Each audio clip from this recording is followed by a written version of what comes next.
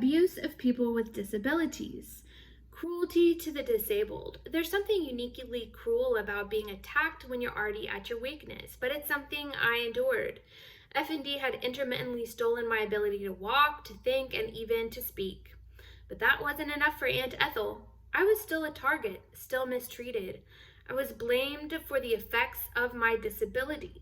When I was partially bedbound and exhausted from extreme FND, Aunt Ethel called me lazy. And that's just one of the cruel names she called me during my sickness. It made me feel horrible even though I could have done nothing different.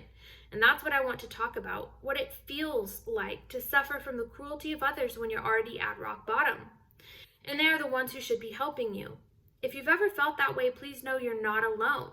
You and I can clearly see FND for the disability it is. It's a condition of both the mind and the body, sometimes leaving you unable to move, speak, or think.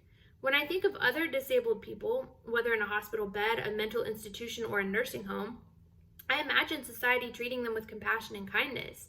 I can't fathom calling someone like that lazy or abusing them in any way. If a paid caregiver mistreated a disabled person, they'd be fired or even jailed. So why is it so different for us? Maybe our condition isn't understood enough for people to grasp its severity. Or maybe, as I sometimes wonder, Ethel was just evil. And that brings us to 4.13, Step 1, Lesson 5, Love is Everything. Explanation. Healing thrives in an environment nurtured by love, self-love, love from others, and love given freely. When you approach your pain with compassion rather than judgment, you create an opening for healing to occur. It's important to recognize and validate your own experiences, treating them with kindness and respect, and expect the same empathy from others. Scientific backing. Love is more than an emotion. It's a biological force with measurable healing power. Studies have shown that environments rich in love and emotional warmth promote physiological changes that directly benefit health and recovery from illness. In a foundational study by Keikold-Glasser et al. 2005, researchers found that hostile interactions between couples led to slower wound healing and increased production of pro-inflammatory cytokines, chemicals the body uses to regulate immune response, but which in excess contribute to chronic illness. The takeaway? Love heals, but lack of love hurts. Literally. Emotional connection and positive interactions speed up physical healing by dampening the body's stress and inflammatory responses. Similarly, research by Eisenberger et al. 2011 demonstrates that social support and external expression of love reduces activity in the brain's alarm system, particularly the dorsal anterior cingulate cortex and anterior insula, which are associated with distress and pain. Feeling loved then doesn't just lift your mood, it calms your nervous system and reduces your perception of pain. Love also influences long-term health outcomes. Lehrman, 1993, argues that pleasure heals and identifies love in its broadest and most social form as a core component of medical wellness. Love stimulates dopamine, oxytocin, and endogenous opioids, all neurochemicals that reduce pain, increase pleasure, and foster a sense of safety and well-being. These effects are not anecdotal, they're neurological.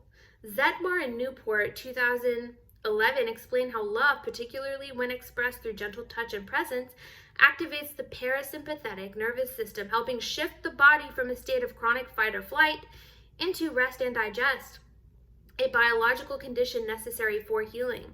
Even decades ago, David and David, 1966, noted that love functions as a profound catalyst in rehabilitation contexts, reporting improved outcomes in patients who felt deeply cared for and emotionally connected during recovery. Finally, Dossi, 2021, frames love as a unifying force in healing, transcending the individual and connecting us to something greater. His work underscores the growing consensus across medical, psychological, and spiritual. Cultivating love in your healing environment, therefore, has a direct impact on your body's ability to heal. Examples and anecdotes. During my worst FND episodes, I felt unworthy. like I was failing at life. It's important to speak to yourself with love and compassion. Instead of calling yourself a failure when your disease demands you take a break, remind yourself that you are serving your highest good by taking time to heal your brain. Actionable advice/exercise. 1. Journaling. At the end of each day, take a moment to reflect on one way you showed yourself love. This could be a kind thought, a small act of self-care, or simply being gentle with yourself through a difficult moment. 2. Boundaries. Establish and enforce boundaries with people who invalidate your experiences or make you feel less than.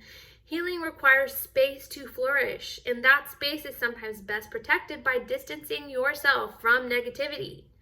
3. Compassionate affirmations. Begin each day by reminding yourself that you are worthy of love regardless of the challenges you face.